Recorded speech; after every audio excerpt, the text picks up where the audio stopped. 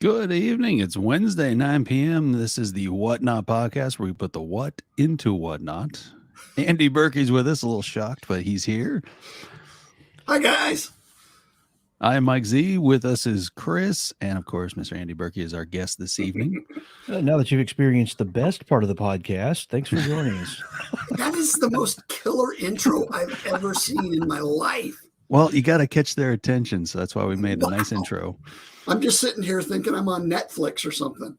You are. We just didn't tell you yet.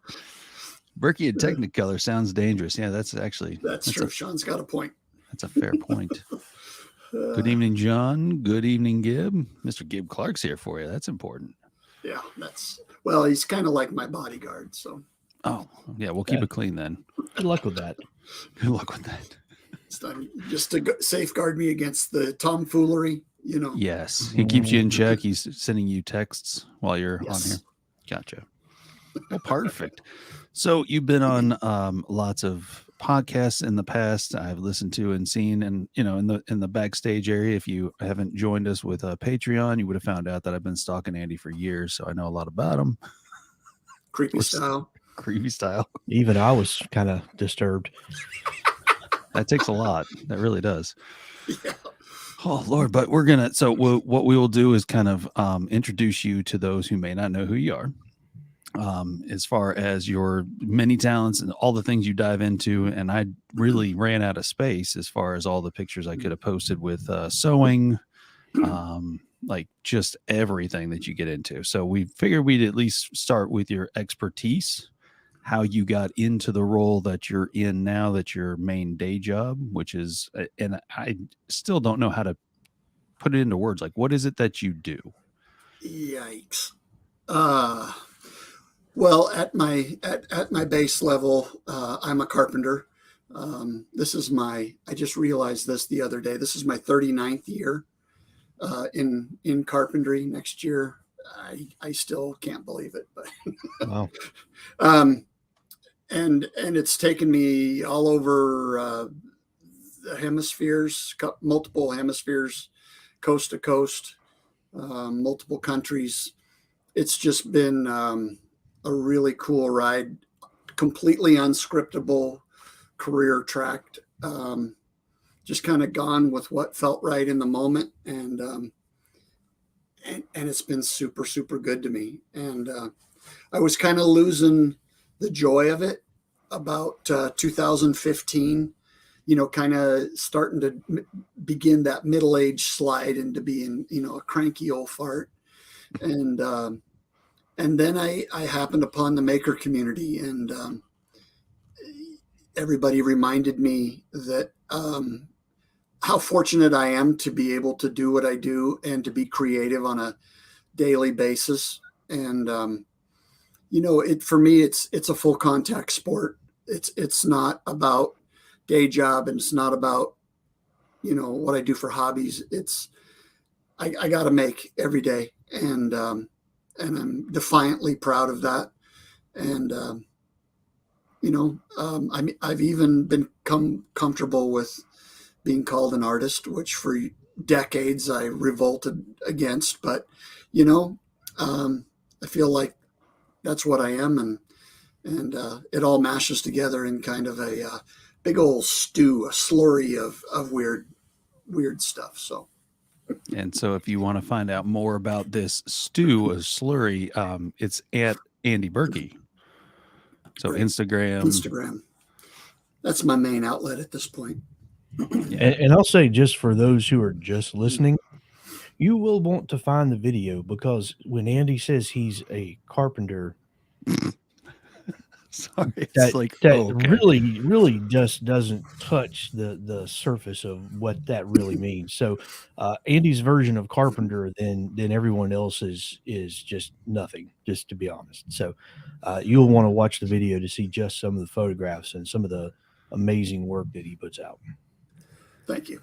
Yeah, absolutely. This is going to be one of those ones where you kind of wish you watched it, just because there's going to be a lot of pictures. What did I say? There was 23 pictures I altogether. think that's right. Yeah. Yeah, but before we get into that, we do have a very big special announcement, which is kind of hilarious, somewhat sponsored, by the way, and that is that LearnYourCNC.com is now a sponsor of the podcast. Nice.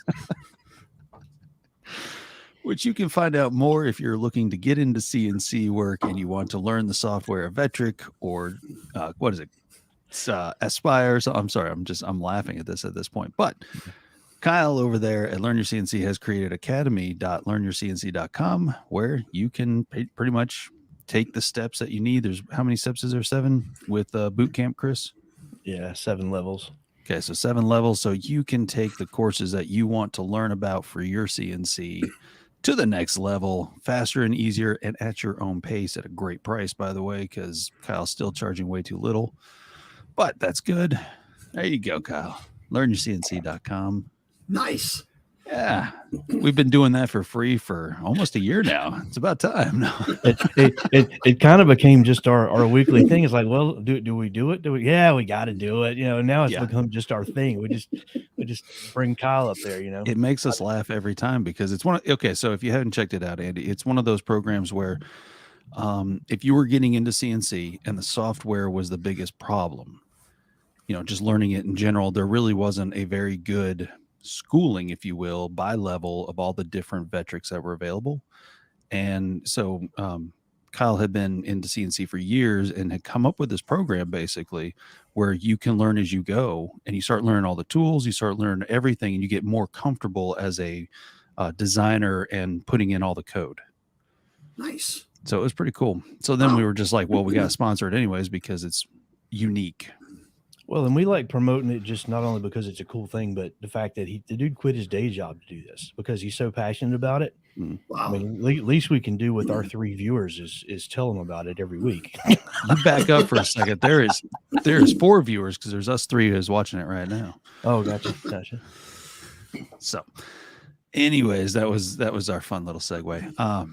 So so what is it that you would say that you do primarily over the past 30 so years? Because that's what I was trying to figure out how to say this, is that you recreate in your 200 years of experience, by the way, with my typo. Yeah. Let's see. Yeah, I mean, with the Catholic Church in the early 70s, a lot of traditional Neo-Gothic churches, a lot of that decoration was literally taken out and put in dumpsters in an effort to sort of modernize the feel of this big room, right? The generations of control change in the church, and they figured out that they had done a disservice to those buildings by taking out a lot of the altars and the fancy woodwork and things like that. So there is a movement to sort of not recreate what was there, but in sort of essence, put back something that makes it feel the same. Mm-hmm. And okay. But still accommodating how they do their liturgy, what they do, Sunday morning. That's changed also, so we accommodate that with the new old woodwork. Does that make any sense whatsoever? It does, and that's why I couldn't put it into words. Yeah, exactly. It's complicated. Put it that way. It's You complicated. modernized it by making it the same but newer. Yeah, new old.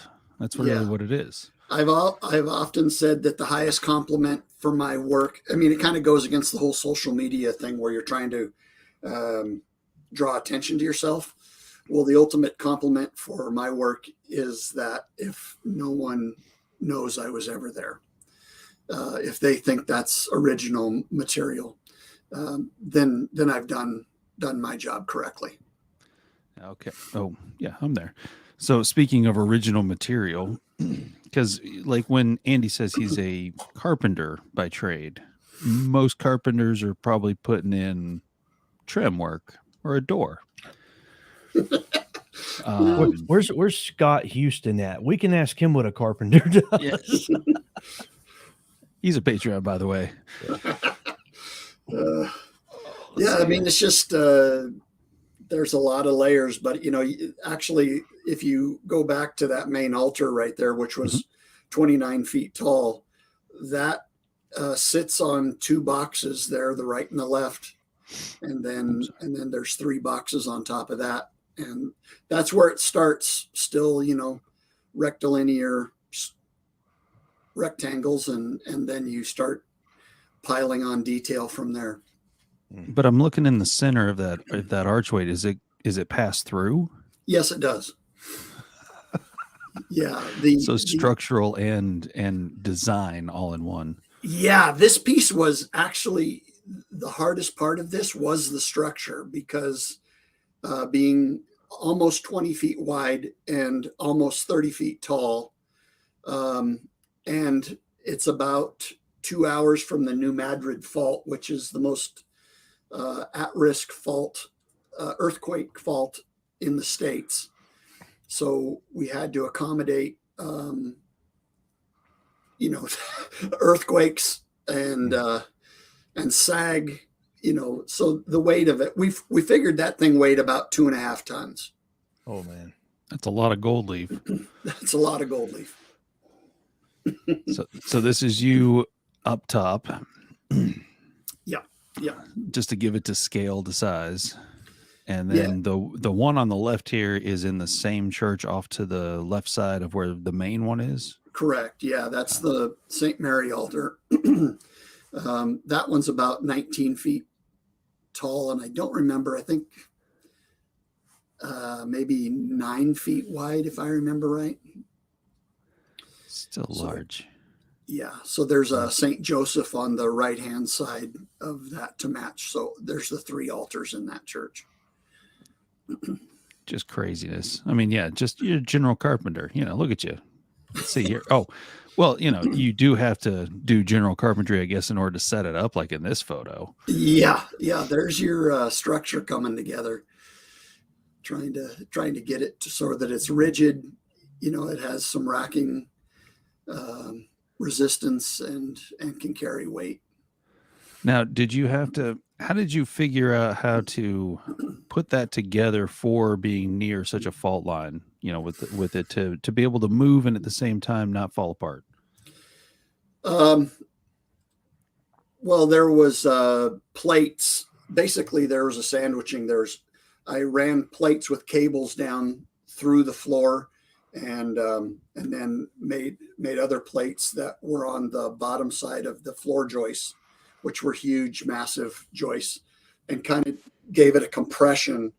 I think it was about 20 feet of cabling that had the cables made, and then put that under compression to give it some ability to rack around, sort of like a suspension bridge, only in reverse. So that's like a structural engineer carpenter. Yeah. Yeah. I mean, we're guessing, We're guessing. Gibb says he's never seen Andy with metal studs or drywall. He ain't a carpenter. Not union style. Those guys do a lot of metal studs and drywall. Mr. Gary Jones says you are a craftsman. And we are weird and he likes it. Gary's cool. That was the one thing I was trying to find, and I found someone else's photo of like a Lego man that said, "You're weird, I like you," which is your T-shirt. Yes. I was going to wear it tonight, but then I realized it was in the laundry.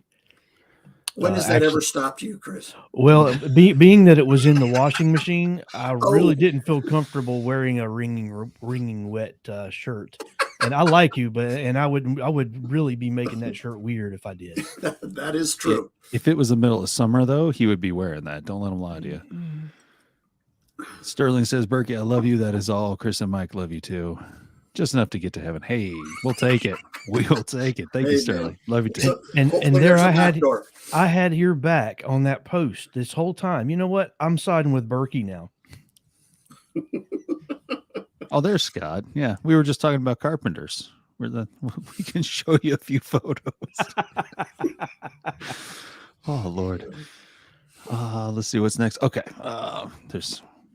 So I did that one. All right. So this one I remember. This was you. Okay. So let me put it this way real quick. On Instagram, one of the things I liked is that every day on your stories, you kind of walked out to the shop. You kind of showed everybody what's going on, what you're doing, what you're getting into as far as your projects go.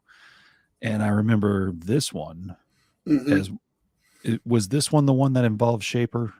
Yes. Okay. Yeah. The panels there.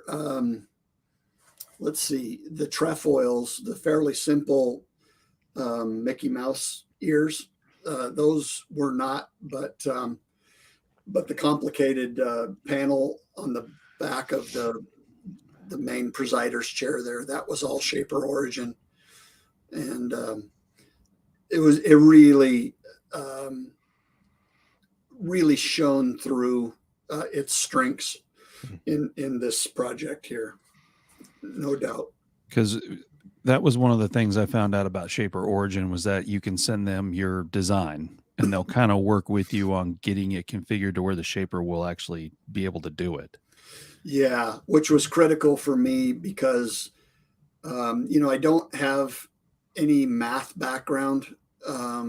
So I have to, most of this stuff I have to work out in one-to-one, just drawing, with your tongue out, and so I sent those guys a full scale drawing, and they somehow worked it out because I gave them all the pivot points because this is all compass work, a lot of that Gothic stuff, and so I gave them the points where I was drawn from, and they pulled it out. I still don't know how they did it, but yeah, because it's awesome in general.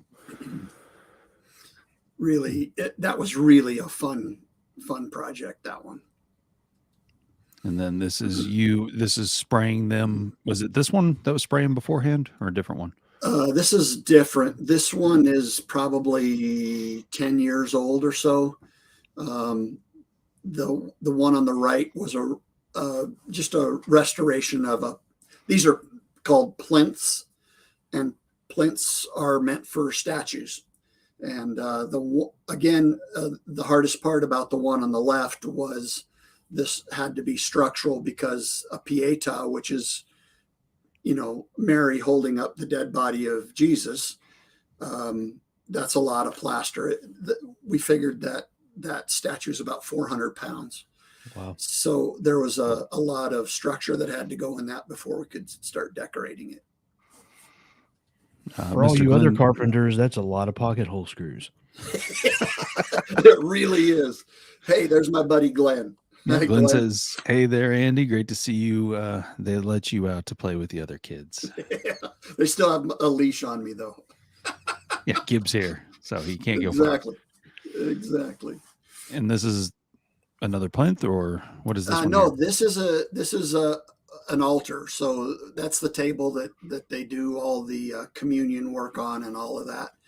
So this piece was butternut and walnut to match some existing furniture in the church. So the pulpit that you can see off there to the left and this table basically were two of the big pieces in this one.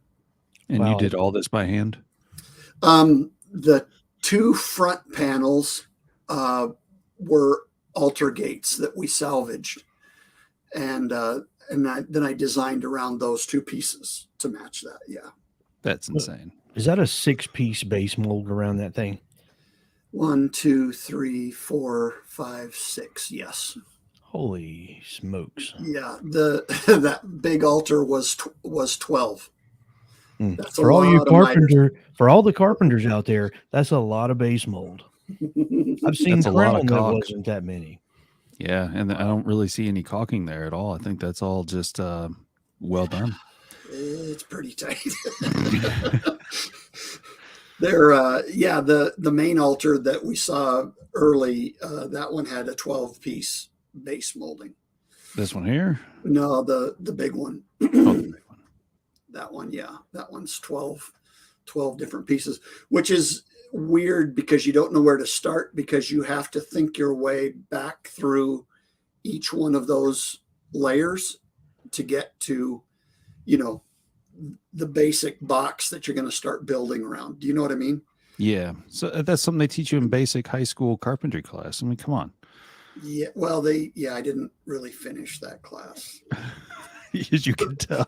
There was a fire. He was busy learning real carpentry.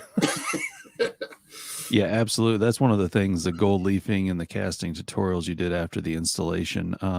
I was talking to somebody today because they were asking who was going to be on the podcast, and mentioned you. And I said he does incredible work with gold leafing. And they're like, gold leaf's not that hard. I said, the preparation for gold leaf is critical. If it's not smooth, you will see every imperfection. Absolutely correct. The gold leafing itself, yeah, it's okay. It's easy. It's not that bad. But if it's not prepared, you're screwed. You just wasted all of that. Yeah. Oh, there you go. Just the acreage on a big piece like that, there's a lot of leaf on there. You have to buy that in bulk. You take a poke and say, yeah, send me 20 books. And most of this is, as far as pricing it and buying materials, I'm really just guessing. And that is not being like humble or anything. I am literally guessing how much it's going to take. And I can see exactly why, because that's a lot of linear footage, if you will, of gold leaf. Yeah. It's everywhere. No kidding. But it doesn't look gaudy. That's what I like about it. It blends in really well with the walnut and the butternut. Like, it doesn't look bad. It doesn't look overly done, Walnut and gold leaf is it's one of those magic. A really nice, gentle, creamy white and gold leaf is really cool. And then my favorite wood with gold leaf is dark walnut. It's just feels right. All is right with the world. All is right with the world. They make a gold spray paint, Birkey. Yeah, I've been told that before. I was going to say that as one of the comments and be like, oh, yeah, so that's a bunch of aerosol can. A lot of masking off on that. Yeah, I'm basically Banksy. Let's see. So this is that same one from before, right? Yeah, this one I always just throw in because, I think people, sometimes the hardest part is convincing people that this can be built now. So I always like to throw in, we're literally working on it in this picture. So yeah, we make this stuff. You actually make it happen. Crazy. Yeah, I mean, it really is. I've got that one, and oh yeah, it was down here. Here we go. So what is that top entirely gold leaf? No, that's butternut with some gold leaf in the coves. Okay. And then there's some walnut. This is the altar with the walnut in it is in the front of the church. This is in the back, right where you come in. So forgive me, are those angels on the bottom going all the way around like corbels? Yes, exactly. That's what they are. Those are castings, replications of the angels that are on the baptistry of St. Patrick's Church in New York City. So you just got those on eBay, or? Well, kind of, because on this thing, I literally got a napkin from a priest who was visiting St. Patrick's, bought those in the gift shop, And then on this, that wasn't a napkin, it was a bulletin from a church, you know, what they hand you. Yeah. And he had the basic design of that baptismal font on that and basically said, build it. Wow. So Sure. we started with that stuff, and I got the angels in my hand and scaled it off from there. And then there, you can't see it on the left. They're not in yet, but the top is Carrara marble with a stainless steel bowl in it. And then that umbrella thing is called a baldacchini. We put some halogen downlights around that to highlight that water. So it's all about symbolism with this stuff. And once you do a deep dive into all of that stuff, then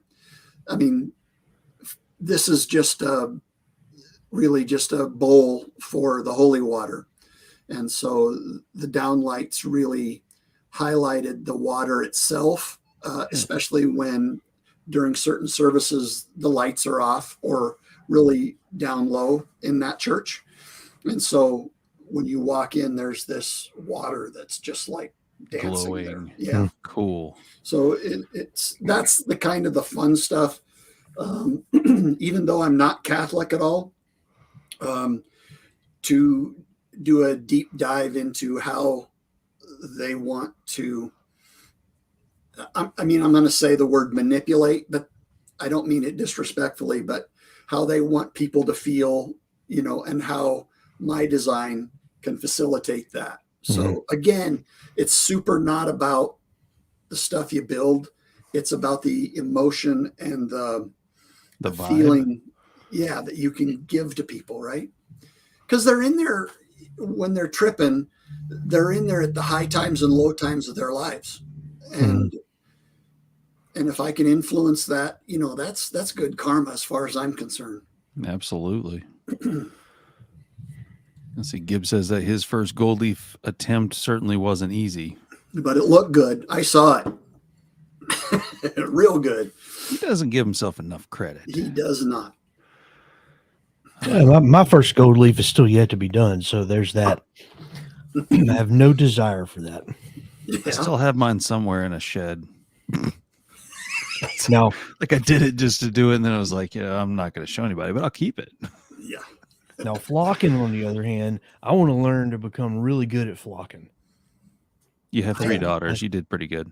I find that there's a lot of opportunity with the flocking. Yeah. I love this, and I love this in the transcripts, by the way, when watching the show later and you're watching the subtitles. It's really funny to see how they figure out what you're trying to say, and sometimes they just block it out altogether. I tried to enunciate very carefully. There was an L in there. I heard it. Yeah. The system it doesn't care. And I know it sounds funny, but I want to learn to do, because I've done some certain projects on flat, but I'd love to get into doing some interior of boxes and things like that, because I have plans for these really ornate lids, so to speak, that I want to do on the CNC. And I don't want to do an ornate lid and you open it up and it's just a wood box. I mean, I want it to be texture, a little more. I want the inside to match the outside. There you go. Yeah, that's always interested me also. It's I'll once I figure out what it's very similar to, then you'll be like, okay, it's actually not that it's not hard, but it's like, oh, it's just like that. That's what I had to. I can't. I'll think of it by the end of the show. That'll make a lot of sense then. But yeah, it's almost like lint. It's the best way I know how to put it. Yeah. Oh, this is the other one on the other side, then, on the right side of those Correct. other 2. Okay. Correct. Yeah. This would have been good to know before the show, Mike. Yeah, geez. So they all had to match. Now, were they all done at the same time, or I mean, within the same time frame, or were they all done different times? Yeah. Actually, the dedication of this is weird. Tomorrow's St. Patrick's Day. This is St. Patrick's Church in Decatur, Illinois. Tomorrow will be the 20th anniversary of the rededication of this church. So these pieces are about 21 years old or so now. Um, the the Joseph and Mary were built at the same time, and then we kind of worked out a lot of the production kinks on those two, and then moved on to the big one. So the gentleman, let's see, is this the same guy who was helping you with those? Yeah, this was the decorative artist. We were also at the same time um, decorating the walls that you see there in the back. Um, the vault of the ceiling of this room was 60 feet tall, so we had scaffolding all the way up into that vault, and a full paint job, interior paint job, was going on at the same time.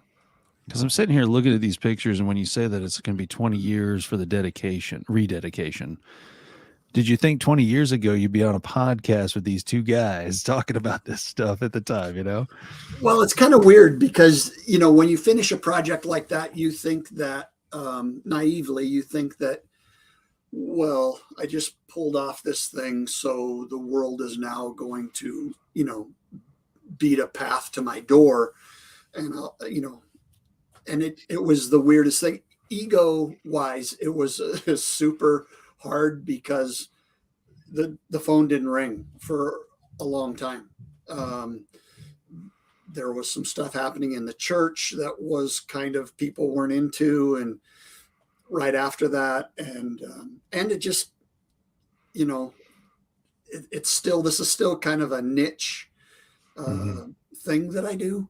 So you just got to be patient, and at the same time I'm doing this, I'm doing many other things that aren't as sexy as this stuff. So, you learn to enjoy those projects when you have them, and when you don't, you still got to pay bills. So you do whatever you need to do. It's an interesting way to look at it, actually, because I could see that where you would really build yourself up on this. Like, that is a huge achievement, no matter who you are. That's not a simple feat. And then not to have the phone ring after that, like, yeah, that would hit. Yeah, I did another church within a year or so.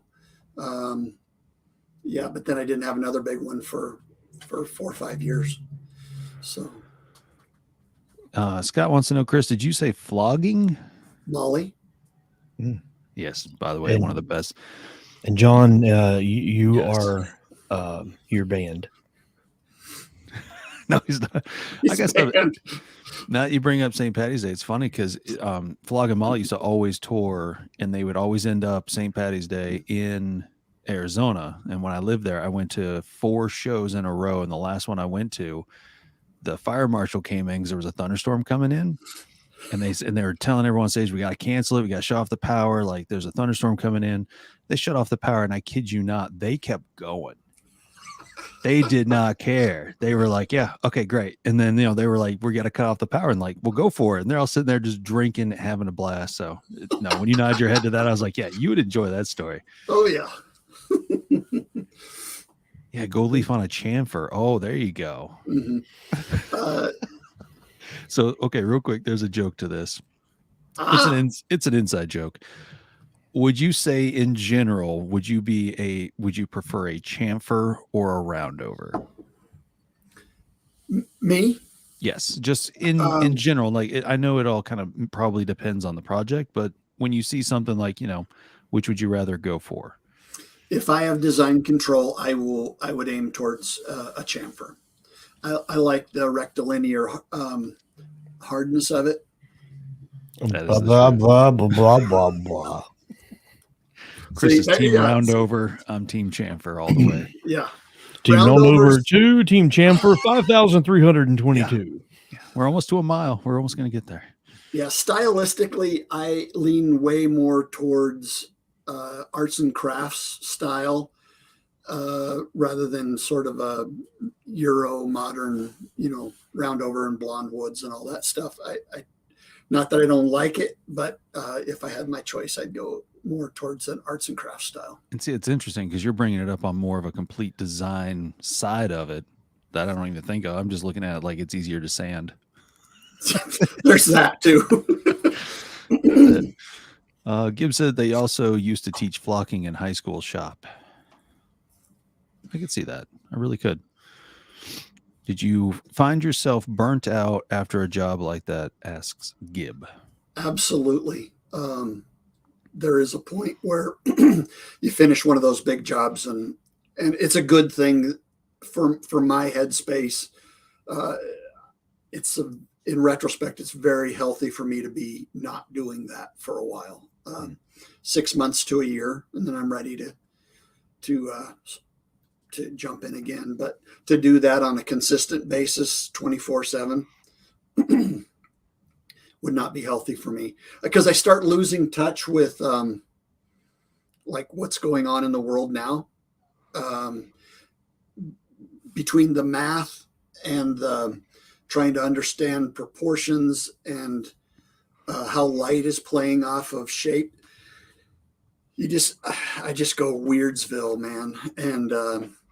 And it's really good to get into, building some, mudroom cabinets, for somebody that's going to hang coats up on it for their kids. No, that makes sense. That's your decompression after something that stressful and mind, melting, really.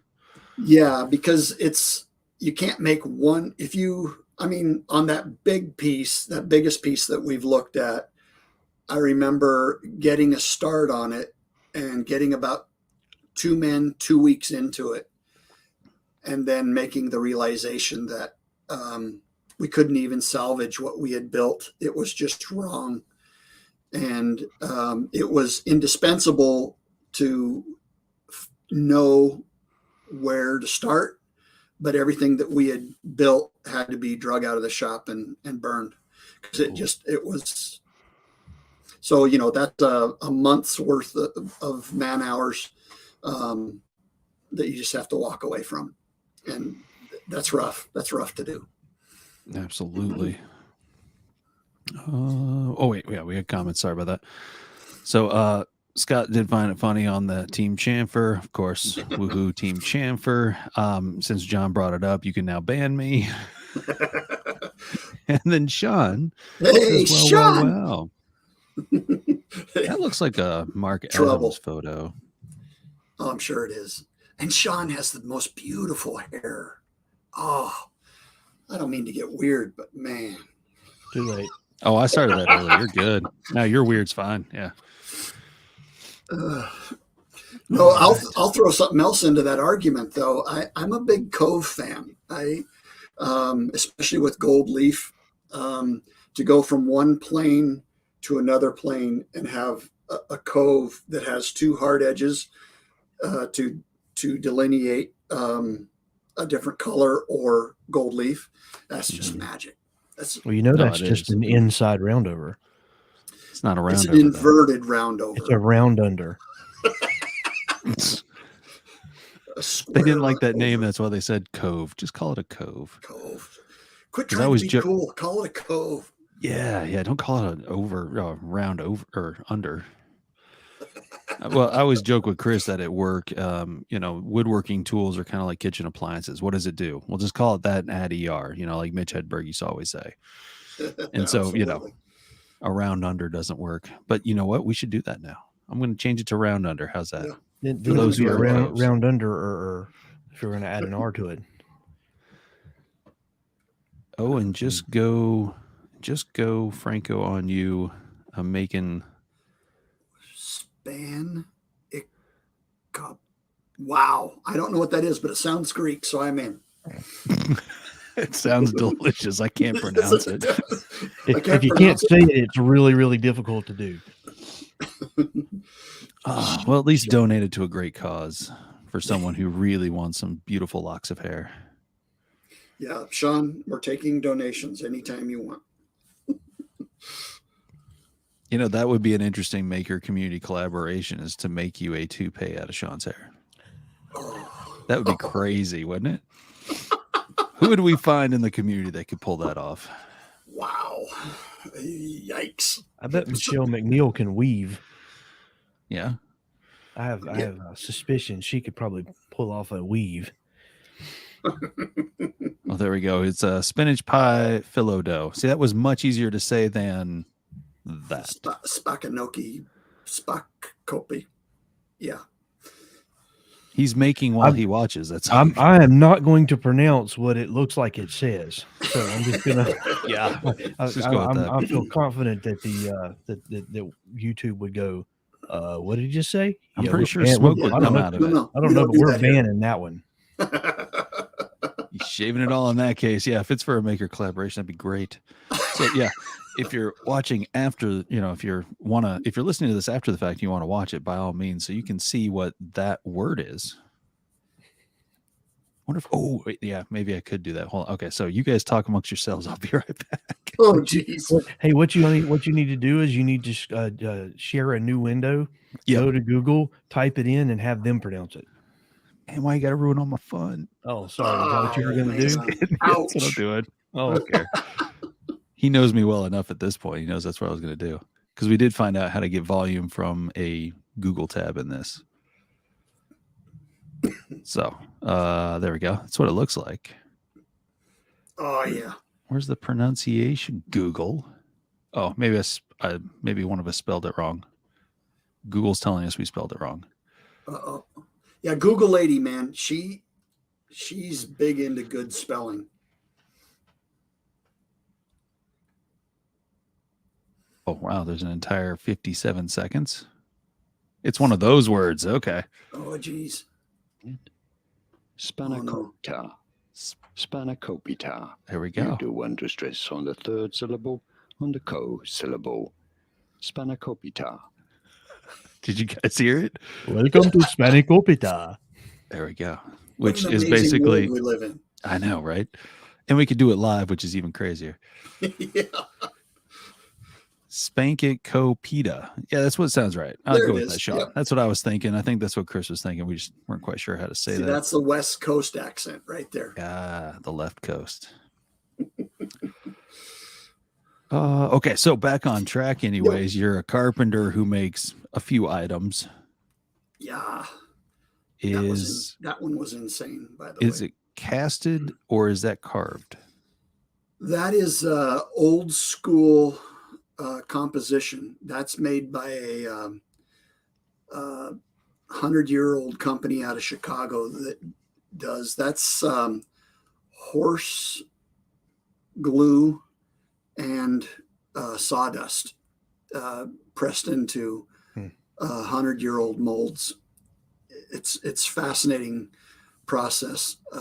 Very spendy, but you can order a capital that saves you weeks of work. So, Do you know if they're still in business? yeah, they're still there. Decorator Supply. They're a fascinating company. You can look them up online, and they have a real archaic catalog. But yeah, you get a hold of them, and in 4 to 6 weeks, they have some guys go pick out a mold out of a Mondo warehouse and press some sawdust and horse glue in there. I think that's what they're still using. That is just insane to me.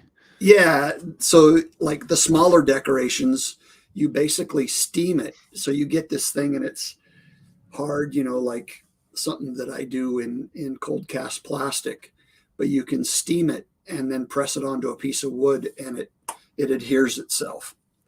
It's wicked old school, but very, very interesting. So, and I'm just thinking, so I wonder have you seen the process? Were you able to actually watch how they did that? No, I wanted to go up one time and we just never could make it work. But we need a field correspondent on that one, Andy. You're going to take that one for the team, because that would be some awesome content just to see how that works. Yeah, it would be fascinating. Especially a company that's been around that long, that's not new technology. No, it's wicked old school. Man, okay. And I imagine that nowadays with the 3D printing and stuff like that, if they wanted to still make it that way, they could just 3D print their molds. That's pretty cool. Yeah. From what I understand, most of the molds are years and years and years old. Oh, now we're having they'll some. Sorry, go ahead, buddy. Go ahead. They're just, they'll do every kind of style. And if people are curious about it, it's an amazing thing to check out. Decoratorsupply.com, I think it is. And man, it's cool.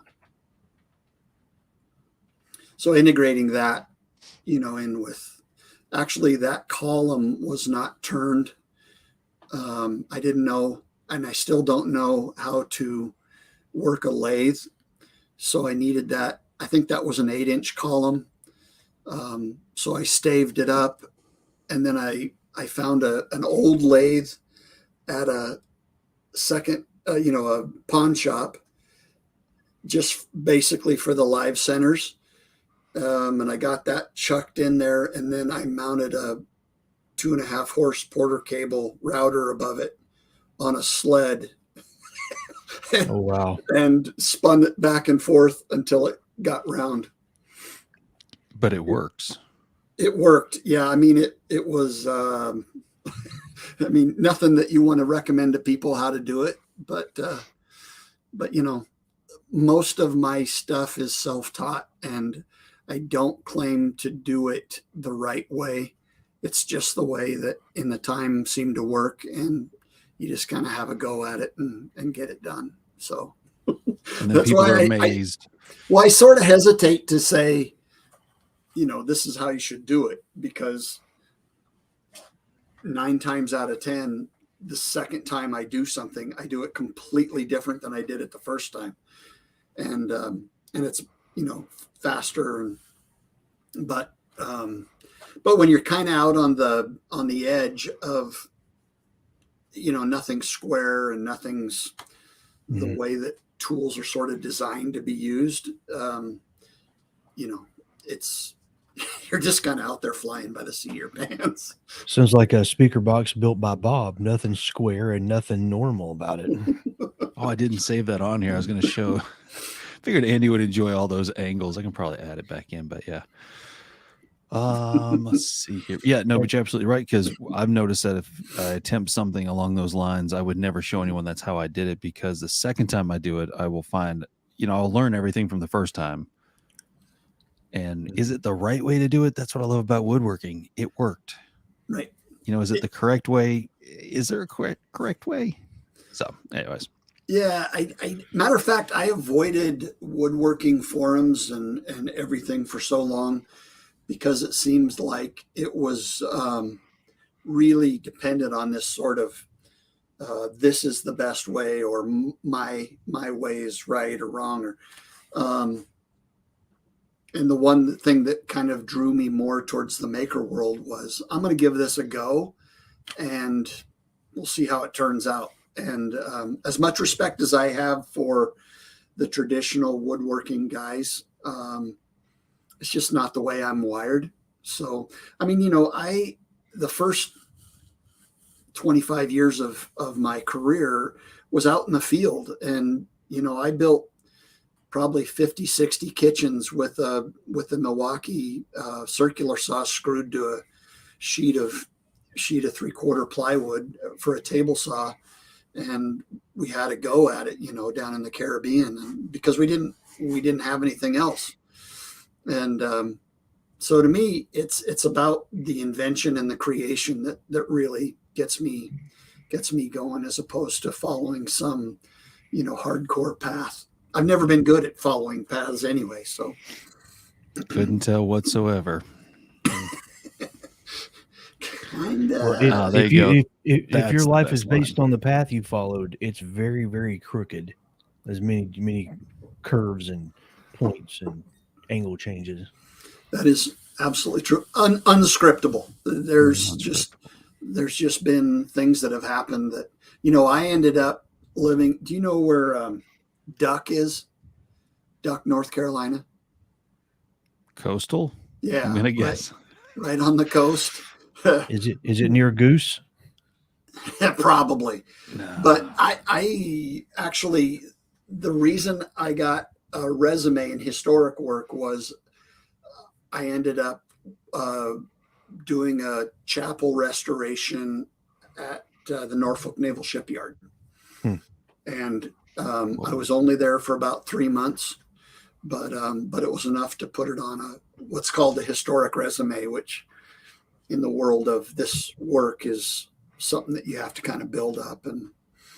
But that was a federally funded project, which is kind of a thing, Yeah. Big deal. That gives you a level of possibilities afterwards anyways. Absolutely. Yeah. The job itself was a complete train wreck. They had brought me in for, and we just didn't think the same. And so that, we moved there, and then it was like, now we're out. And, but, good things came from it. That's good. I think that Gibb puts it perfectly. The right way removes creativity as far as woodworking goes. If you do something traditionally the way that everyone says it should go, it kind of removes your creativity away from what you could find possible. Yeah, I think so. Yeah, and then the tricky part now is everyone just nitpicks however you do it, which is true. That is true. And let them nitpick it because they do it a different way. Okay. Are you wrong? Are you right? That's just the way you work. That works. Mm-hmm. Yeah. And most of the nitpickers, if you go look at their account, they might have like 3 or 4 videos out there posted. None of them are any of the projects they've made. So you can't nitpick if you don't have stuff out there. Oh, wait, we weren't talking about me. Sorry. No. Yes, we were. Thanks. No, but Sean's he's got a good point in that, as much as we benefit and are using the internet right now, it does give a certain personality type the ability to just lob in bombs and run like hell, and it's, do it. I mean, people have done that, my whole career, and, go ahead. But when push comes to shove, let's see what you got. I mean, the nice part about that big screen 20 years ago is from that point on, I was never asked, can you do this thing that we're asking you to do? Do you think you can do it? That was no longer a question. That was no longer a question, and not in my mind.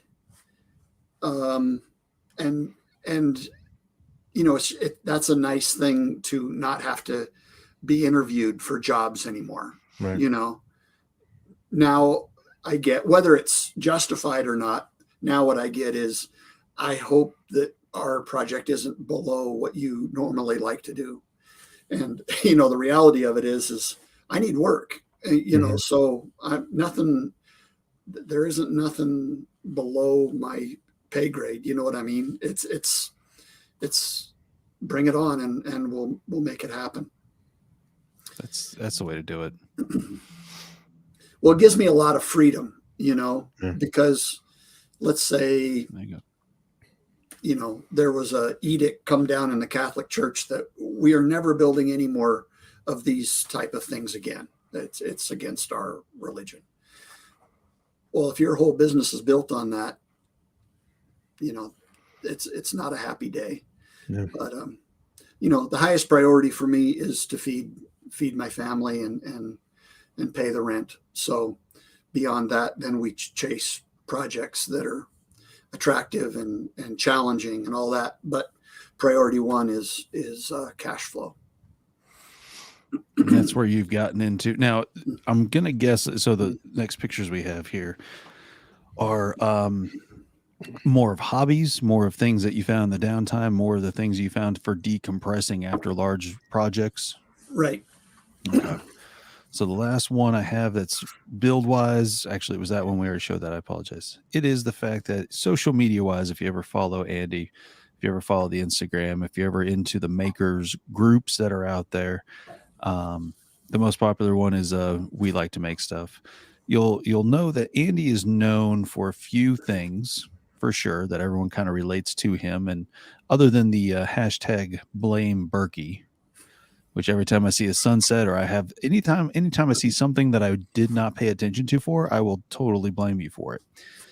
So bacon, winners eat bacon. Be a winner like Andy. Eat bacon. It's one of those magical things, I think there's just certain things that you don't question, and bacon is one of them. Tacos would be another. Yep. It's And just, you're also known for tacos with bacon. oh yeah, well, yeah. Now you're adding to it, but the table saw tacos. yes, That was just a thing that you seriously were eating lunch with somebody in the shop, took a yes, picture of it, called it table saw tacos, and then from then on it was, I think there was there was someone with quesadillas. Like everyone started coming up with some sort of machinery and some sort of similar food to it. It took off after that. So yeah. table saw tacos is a thing. Well, the fun part about table saw tacos is I'd been doing a lot of work for a local restaurant, and they were adding tacos to the menu, sort of a new, fusion tacos, that kind of thing. And so they said, "Hey, what would you think if we sponsored table saw tacos?" So we started doing. My buddy Zach, who's an engineer, TV production engineer, he typically comes over a night a week, and we just do random stuff in the shop. And so we just started, when he would come over, he'd drop by their restaurant and pick up a bunch of tacos, and they were free, and we gave the restaurant a shout out, and it was, taco sponsored, hashtag taco sponsored, I think it was. So I Can't like go to wrong. think that I'm the only shop in the world that's actually been sponsored by tacos. Well, here's a little something for you. Mr. Sterling Davis says scroll saw spaghetti. I don't think that'd be the same, but yeah, I get it. All jokes aside, just wanted to say thank you, Berkey, for inspiring me to be a better artist, but moreover, to be a better human being. Couldn't have said it better. Thanks, Blame buddy. Berkey. Love you, brother. That's too cool. So if you're ever curious as to when SpaceX is going to make a launch or the International Space Station is going to be flying over, Berkey always posts it, which is great because that's how I keep up with it. I really do. It's one of those things where I see it and I'm like, oh, sweet. Let me go look for the blue dot. Yeah. I don't know. To me, the first time you see the space station go across and know that that's what it is, it's just a game changer. And just the fact that we live in such amazing times. I'm old enough that they would wheel in. We had a modern, like a freshly built school, an elementary school, and they would wheel in a black and white TV and plug it into the wall, and we could see, spacemen and stuff. To go from that to being able to pull up on your phone an app that says, hey, the space station's coming in 3, 2, 1, and there it is. It's cool times. I've been blessed to live in the time span that I have, because it's crazy. It's absolutely insane what we can do now. That and what was the other thing? The Starling satellites. Have you seen those go over? Yes. It's a trip. I remember when I was took the dogs outside for a walk, saw that, I like ran inside the house. I was excited. Tell my wife about it. She was just like, and I'm like, but there's satellites that beam internet flying across the sky right now. Like, that's not normal. They're all in a line. Yeah, they're all in a line. It looks like an airport upside down in the sky. Yeah. I don't know. I was really lucky to be able to tour the SpaceX factory in 2015. And I was just flabbergasted by the technology and just sort of the open sourcing. There's no doors between the guys on the people, the men and women on the floor that are building stuff with their hands, and the engineers' offices and Elon Musk offices. There's no doors. The concept is there's this free flow of information, and not having a college degree, not having any math experience, but still being that sort of hands-on engineer type of mentality. I just really vibed off of that, and really was impacted by it, and am to this day. And if you think about it, I mean, they've taken over a lot of jobs that would be going to NASA, as far as running missions, running supplies, doing things, the International Space Station, satellites being, like the amount of stuff that they can now do Yeah. I kind of think that would be because of that policy, because there's just an open door. Hey, you got a question, throw it out there. Yeah, absolutely. Well, it also goes back to my theory of problem solving is to prioritize analyzing the simplest solution. The one that comes to mind from their perspective is they had to get rockets from Hawthorne, California to Florida to launch. Well, if you put a big old NASA style rocket, they were flying them across the country, NASA was, on the back of 747s. It was millions of dollars to move these things. Well, what they did is they said, well, what's the lane width? What's the widest thing we can put on a semi? And I think it was 12 feet or 20 feet. I'm not sure which. And they said, well, that's a design parameter then. We're going to make it so that we can move this thing across the country for $3,000 or $4,000 as opposed to $1 million on the back of a 747. We're just going to make that a design parameter. And to me, that's just, I love that type of inside out engineering and thinking. Mm-hmm. And instead of designing it and then saying, well, how do we get it there? I don't know. It's Exactly. like going backwards to, okay, this is our limitation. Then we do everything off of that. Yeah. That's, you think about it, that's super deep. It's the same thing with these complex designs that I sometimes get myself into is you got to break it down into boxes. And okay, what's the smallest square thing? We, as woodworkers especially, we can relate to rectilinear boxes. Okay, cool. Now we can pile stuff on and it looks super fancy and crazy. But it literally starts with boxes. So, Chris, should I show your current box headache real quick, or you want to keep going? Sure. Why not? So he was talking about earlier that the boxes Bob designed.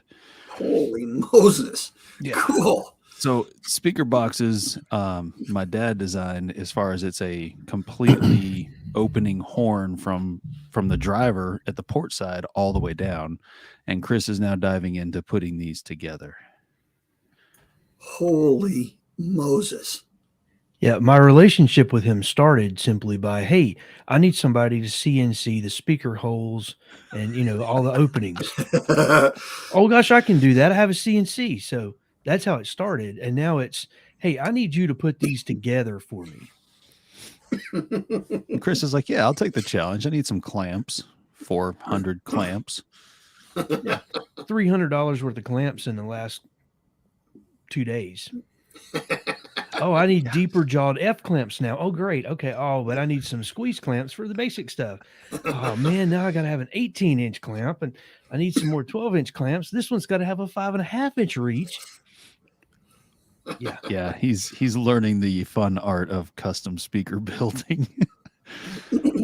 And I laugh because that's what I did through the 2000s and let's see, 2010 through 14, somewhere in there, and then early 2000s, and I'm good. Like, You want your job back? nope. Oh. I built myself speakers. I am good. It's That's a headache. crazy. It's a headache. It's wild. Because if they're not right, you hear it. You can tell. And it's just, ugh. But anyways, enough about that. But I had to show you that because I figured you would definitely appreciate the craziness in that. That's a whole nother field that's just fascinating to me, the acoustics. I deal so much with light and how it bounces and all of that. But sound is a whole nother. It's the same thing. You just can't see it. Really Right. is. But you said it right. If it's not right, you can hear it. Oh, and it'll drive you insane once you get to that level of. For me, it was the audio files. When you get into that realm, you get into those people who are either hardcore know what they're doing or they think they know what they're doing, and that conversation is always so condescending, no matter what they're talking about. So for me, I was like, yeah, I'm not feeling this. Like maker community, everyone's always positive. If you have a question, they'll help answer it. That community is more of like, oh, you don't know. Oh, I didn't know you didn't know. Oh yeah, and then it's like, oh well, then let me take the conversation elsewhere. All right, see ya, whatever. So one of the things that you got me into on a personal level was the macro photography, Yeah. as far as just getting up close and taking a look at something, but also the lines, the textures, the whole 9 yards. Because there was things I had no idea were even possible, and that is just the morning dew. Like I look at morning dew completely different now. The kids, when we go out to walk the dog, we're all now looking at morning dew. It's hilarious because I kind of think Nice. back on it like, I never cared. Then when you see it, you change your perspective on everything. And then there's this. Yeah. That got a little weird. I don't know. Now I look at it's funny because now I look at drops completely different. If you go out and look at a drop, it is upside down. It's like your mind starts to really mess with you. Yeah. So It's to me, I shoot most of that macro stuff. No tripod. So it's all just freehand. And I mean, this is going to get a little funky, but to me, that means that I have to time taking a picture at that reach, time it with my breathing so that I can be, like they say with like snipers, they what is it? They exhale as they pull or something like that. But it's that same thing of being in tune with movement and breath and all that stuff. So all of that is pretty much just a meditative sort of exercise that is super healthy for me to, just get completely lost studying a dewdrop or refraction of light in a dewdrop or, a piece of frost or something like that. There's been more than once when you kind of roused yourself and you realize that you've been laying face down, in, sub-zero temperatures, laying down, studying something or taking a picture of something. You can't move your hands. Your dog's there looking at you like you've lost your mind. And you're praying that no one is, we go way out in the country to do that stuff so that no one can see us, so they don't call the cops again. There's this guy laying in the field again. Yeah. Well, we got a few pictures of that now. Frost guy is in one. the field with a camera. Go get him. Ma'am, is he bald and kind of weird looking? Yeah, it's okay. We got him already.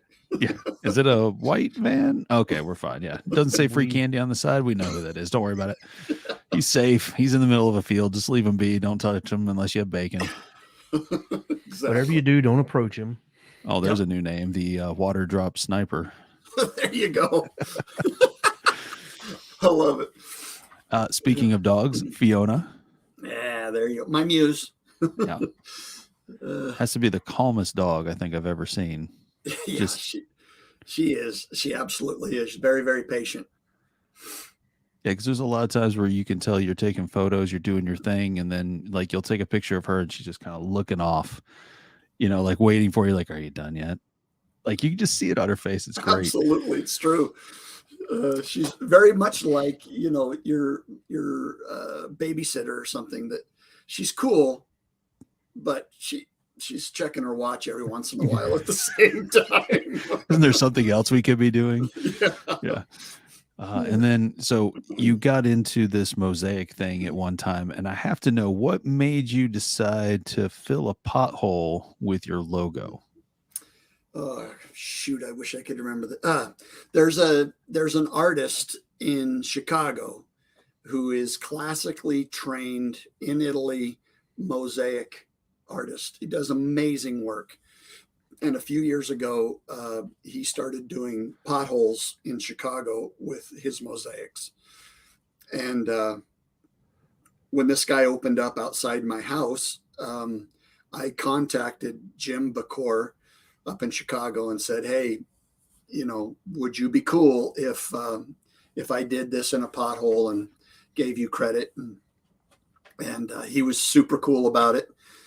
And so that picture with the cop car in it, I just got a text at about 3:30 in the morning, and there was no words or anything. It was this picture with one of the black boots in it. It's just out of frame on this picture, but that's all I got was a picture of the police car parked over the mosaic in the pothole. I don't know of any local cops that know my number to text me a picture of things that I'm doing when I'm sleeping. I don't. Must be a Bloomington thing. They are good to me. They keep an eye on the shop for me, and they also know that there may be things that go sideways in the neighborhood, and I might know what's happening. Might not be directly involved, but you know what might be happening. Symbiotic relationship that works for us. That's great. Googly eyes may be involved at times, so I'll just put it that way. Yeah, there was someone at PetSmart decided to take googly eyes and put them on all the pets' pictures that are like above the areas, and that was the first thing I thought of. I was like, oh, Berkey's been in town. Yeah, there was a billboard that Lisa Klazik from the We Like to Make Stuff group got me these big 7-inch googly eyes, and I will tell you this. Billboards are way bigger than they appear when you drive by, and they're hard to climb.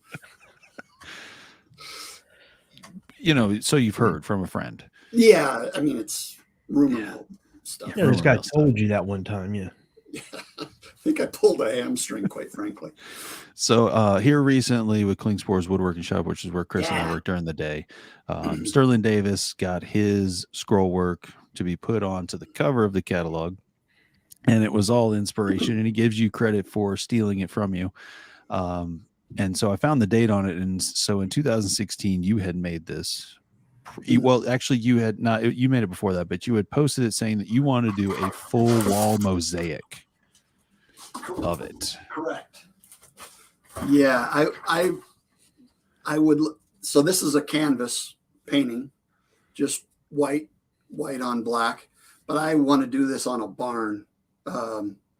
20, 30 feet tall. So hopefully I can find one. If anybody listening knows of a barn, this is what I want to do. I'm gonna throw this out there. Is this something that you want to put on the barn? Yeah. Okay, perfect. Well, I just had to ask just in case, because here's what I'm thinking. Makers Camp, up there in the Catskills Mountains. Oh yeah. They had just put up the new pole barn. They had just added more things to it. That would be a cool touch to that. That'd be cool. That'd be wicked cool. But yeah, it's I don't even remember where I got the inspiration for that, but I just like the fact that it's there. But I love it when there's implied things here. So there's no lines. There's no outline of this guy. But your eye makes them be there, right? Yeah, that is. And cool. I thought Starling did a nice job with the composition of that piece because he kind of pulled that into it also in a different way, but super cool way. And then decides to scroll it all out because he has time. Apparently, that's not exactly like an easy thing to. That's scroll. Insane. That is insane, isn't it? Like 1.5 inch white oak or something. Yeah, I think so. It wasn't small, that's for sure. Like it was definitely one of those projects that he decided he was going to tackle. Well, I was honored that he would want to do that, and I think we both have really enjoyed the collaboration. So I was super amped to see get a cover. Absolutely, very cool, well deserved. Well deserved indeed. I think he paid the boss in some moonshine or something. Ooh, is that how that works? Yeah, I was going to say for that one time. That's the currency of choice with him. Hey, you want it? Hell, but a moonshine that'll get you on the magazine. Well, just so it's understood, we had nothing to do with that. It getting there, like there was no influence on that at all. That was 100% the company. We were out of that, and so when it made the cover, we were both like, "That is awesome." Yeah, that's way cool. I mean, it's so cool with people in the maker world when they get a bump, just like Making Fun now on Netflix with all the guys and Starling getting that. And I don't know, what did Rebecca DeGroot just got some cool award for her boxes that are insane. Teapot walking, boxes, all that kind of stuff. I feel like the cool part about this community that we find ourselves in is everybody's pushing everybody up. Mm-hmm. And it seems like, there's what I call the black holes where all the attention needs to come in and nothing comes out, but that's very rare. Mm-hmm. And man, it's cool to see, people getting some attention.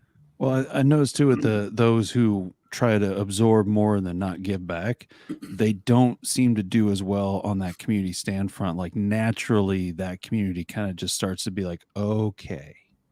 And they just kind of slowly start moving away from that attention and just let them be. Yeah. Yeah. And it's sort of solves itself, yes. I mean, I dig it. If the world in macro acted more like that, I think we'd have a really cool planet to live on. But we take our little world that we've made and guard it jealously. Without a doubt. So I've got two more things here and then we'll wrap it up for you because I know it's getting late. So this was introduced to me not too long ago, as far as just how this works. Now, normally there wouldn't be epoxy in this. There wouldn't be any glue or nails. This is all cut to fit with pressure. And what is this called? This is a Japanese traditional form of woodworking called kumiko. A lot of room dividers, windows are made like this, and it's just like pure, heroin level geometry and accuracy. It's soup again. It's what we talked about with doing macro photography. For me to do this, I've got to drop into that zone, that flow state where there very little exists, and 3 hours later I wake up and I'm super hungry and need a beer. You know what I mean? It's like nothing else exists for a while. And to me, man, I'm chasing that stuff. I love that stuff. I don't care what it is. Especially when you lose time. Like you just lose you don't know what time it is. The next thing you know, you're like, I'm kind of hungry. Oh my gosh, the sun's set. Yeah, it's midnight and I got to get up in 4 hours. Yeah, it's nuts. I just, to me, more than skills, more than anything, I'm chasing that evasive headspace, which is probably not the norm, but I really, I dig that. But it works for you, and that's what matters. Yeah. And then this final one here isn't something you did, but something. You tell me about this. Yeah, this is so my logo was named by the community. I think Paul Mayette named him Seymour Make Better, and to me, that's the basic premise of making cool stuff. Is you got to be able to observe orbitally everything, in 360 degrees, and then be able to apply that to your work. And so my buddy here locally, stained glass artist Jeff Overwright, made this 12 by 12 panel for the shop window, and I really dig him. He's cool. Absolutely. So that's what this face has been sitting here staring at us for the past hour or more is Seymour Make Better. Now, did you get more beanies in? I do have some that matter of fact, I just ordered them. I got to figure out how I'm going to get them put out to the world, but I do have, I think 50 beanies coming out. So I hate to say it, but I've been waiting for one since 2016. If you could hold one for me, because every time I reach out to you, be like, hey, did you get them yet? You're like, oh, they're all gone. Or nope, I didn't get any yet. I mean, it would like never fail. So I was like, it was almost like waiting for a Tony Square. Where it was like, I missed it again. Yeah. Dang. So just throw one aside for me and I'll pay you for that. All right, fine. You got to give me some total ballyhoo. You know, you got to give me some mojo. Absolutely. I call it patience. There you go. Whatever, same thing. Oh, there we go. Yeah. So Sure. leave a comment and then we'll send it on over to Andy to let him know you want one of the limited edition Yeah, beanies that are available. yeah. 'Cause Got to figure out. It's a how great simple backwards to what your logo is, because usually it's always black. In this case, it's white stitching or embroidery, and then you have it on, you know, the black cap. It's perfect. Yeah. Worn by top celebrities in the maker community all Oh. around. Absolutely. As a matter of fact, I just saw a picture in my Google Photos of Izzy Swan's youngest son wearing one about, you know, back in 2016, I think it was. But, well, you make it. You know, you made it. Yeah. They got them and they're wearing it around. But yeah, John, absolutely. It was another great episode. Thank you for watching and listening. Thanks, John. Awesome work for you, Andy. Just basic carpentry stuff, you know, nothing hard at all. Break it down, baby. Break it down into simple bits. And just, you know, thousands and thousands of those bits. Yeah. And then just repeat. It's kind of cool. You know, we've been talking about all this 200-year-old Gothic, you know, ecclesiastical furniture stuff you're doing, excuse me, carpentry you're doing. And in a couple of weeks, we're going to have someone who does old heritage type woodworking on. So Nice. it's going to be great to see those two kind of concepts and Yeah, absolutely. Yeah, Gerald compare Vance, and contrast. Appalachian Heritage Wood Shop. He's on PBS, and he very basically cool. takes, you know, the things that were made out of necessity in the Appalachian Mountains, and then tells you the story behind it, and then also shows you how to build it. Oh, It's wow. a wild show. It Very really is. cool. And he was Yeah. waiting for his federal grant before he came on our show because he didn't want to lose the chance to get it. Well, hey, you know, everybody's got their parameters. Absolutely. We completely understood on it. We just kind of couldn't say anything until, you know, he got it. And then it's just kind of funny. Awesome. No, I'll be anxious to hear that. That's cool. Oh, there you go. Gibbs got a good one. Seymour welding caps. You just need to have Seymour on everything. There needs to be like an entire line of Seymour stuff. Yeah, we made some Seymour fabric for making masks when the pandemic hit. That was pretty fun. We went to one of those places online that We'll make it. We'll make it, and there were Seymours all over it. So those were severely limited edition. I think we made 5. No, you had great ones.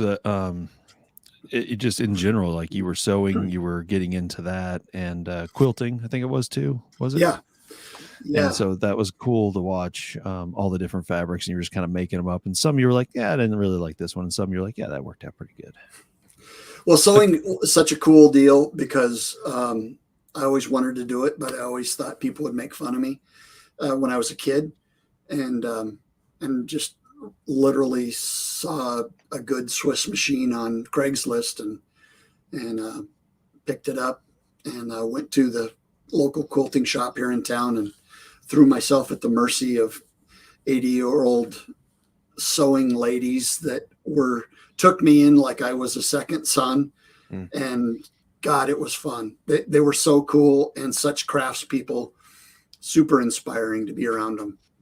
That's probably one of the two things that I noticed the most that probably people aren't connecting is that in woodworking, it's usually the husband that'll come into the store and the wife wants to go to Joann's Fabrics, you know, or there's always some sort of a connection. Cause I went to Joann's to pick up something and she was talking about something about woodworking. And I said, you know, let me just ask you a random question. It says, your husband into woodworking? She said, yeah, absolutely. He's, you know, he does that.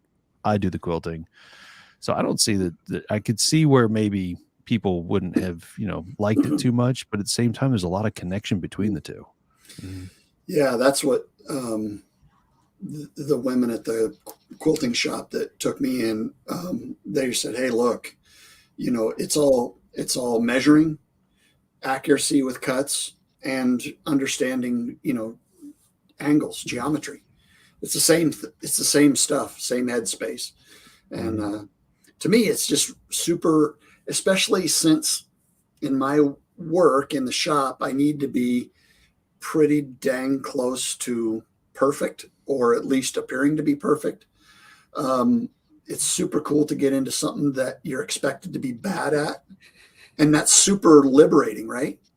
Because you can make stuff poorly, and the effort's there, and it's super fun because of that for me. You're not putting yourself in a position where if you fail, you feel like you failed. Instead, it's a learning curve. I can see that. There you go. Yep, exactly. And if it's bad, if you do really good and the ladies are like, well, geez, you got a natural talent for it, you're just like, okay, I'm heading in the right direction. Yeah, exactly. And now I have to go find a new hobby to be bad at. So let's see what can we'll find something for you. Let's see what you can come up with in it. I don't know. I don't know if you saw my Instagram today. We were experimenting with my friend Jeff Overwright. We were experimenting with edge gluing glass. We have the possibility of getting a stained glass repair job in a church. We don't know if we have the job yet, but we thought, well, we need a way to repair some of the broken pieces without replacing them, because replacement stained glass is always a wacky color, the modern stuff versus the 100-year-old stuff. Just the colors aren't right. You can see it a mile away. So way back in the day, I went to a historic stained glass conference in Georgia. Talk about archaic stuff I learned. And this guy was edge gluing broken pieces of glass together. And so today that's what we were messing with, and just took about an hour. We got together for about an hour and played with some epoxy and stained glass and breaking the panels and then gluing them back together. It was super fascinating, super fun. And it's almost got me wanting to get back into stained glass again. I'm just go ahead and check that out now. No, actually, because that's what I like about your Instagram. It's always what you're getting into today. Yeah, it's a mess. It doesn't work well for the algorithm. Because I can get just as amped up about making pizza. It's I just, like I say, this is a full contact sport 24/7. So I just like that you never know what you're gonna get. You really don't. Like, I mean, there's times where you're doing a big project, so you kind of know, okay, here's the next steps. But sometimes, hey, edge gluing glass today is going to be what's on Andy's plate. Okay. That's what I like about it. So check it out. Check out Andy over at Andy Birkey. Let me find that thing. There it is. Oh, put a dash between them on the floor. You know what I'm talking about? Underscore, yeah. So it's at Andy _Birkey. There it is. If you find the other Andy Birkey, he's not as weird, and you don't want to follow him. He's not as cool. I don't know if that's the truth.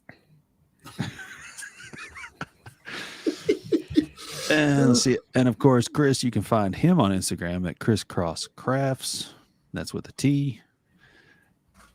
His name drives me insane. Sorry. And then you can find me. I'm not doing much right now, but at Duff Style 1 on Instagram. And of course, Whatnot Podcast. Find it on Facebook. You can find us also on all major Apple, Amazon, Google, Spotify, all the major podcast platforms. Yes, it's about time I finally got that connected. And if you can't find us on any of that, just email us. It's our name at gmail.com, whatnotpodcast@gmail.com, and we'll get you some source that you can find our stuff on. So with the last few minutes, Andy, who would you like to see in the hot seat for another podcast in the future?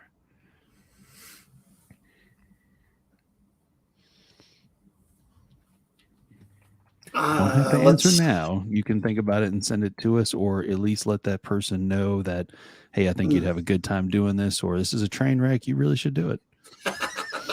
I mean, I would love to get behind the mental grill of. I'd like to see you guys talk to Rebecca DeGroot. Okay. I think that she comes at woodworking from such a cool organic art bent. And I really feel like if we're not going full traditional, we need more like art type stuff in the woodworking world. It never hurts, right? No, not at all, because that makes sense. Her work it's so seems like it. Why didn't I think of that? But it's just brilliant, and I love the headspace behind that work. And I also like how she's not worried so much about some of the traditional woodworking type ideas. It's more of how do I get this to fit the artisticness or the vision that I have.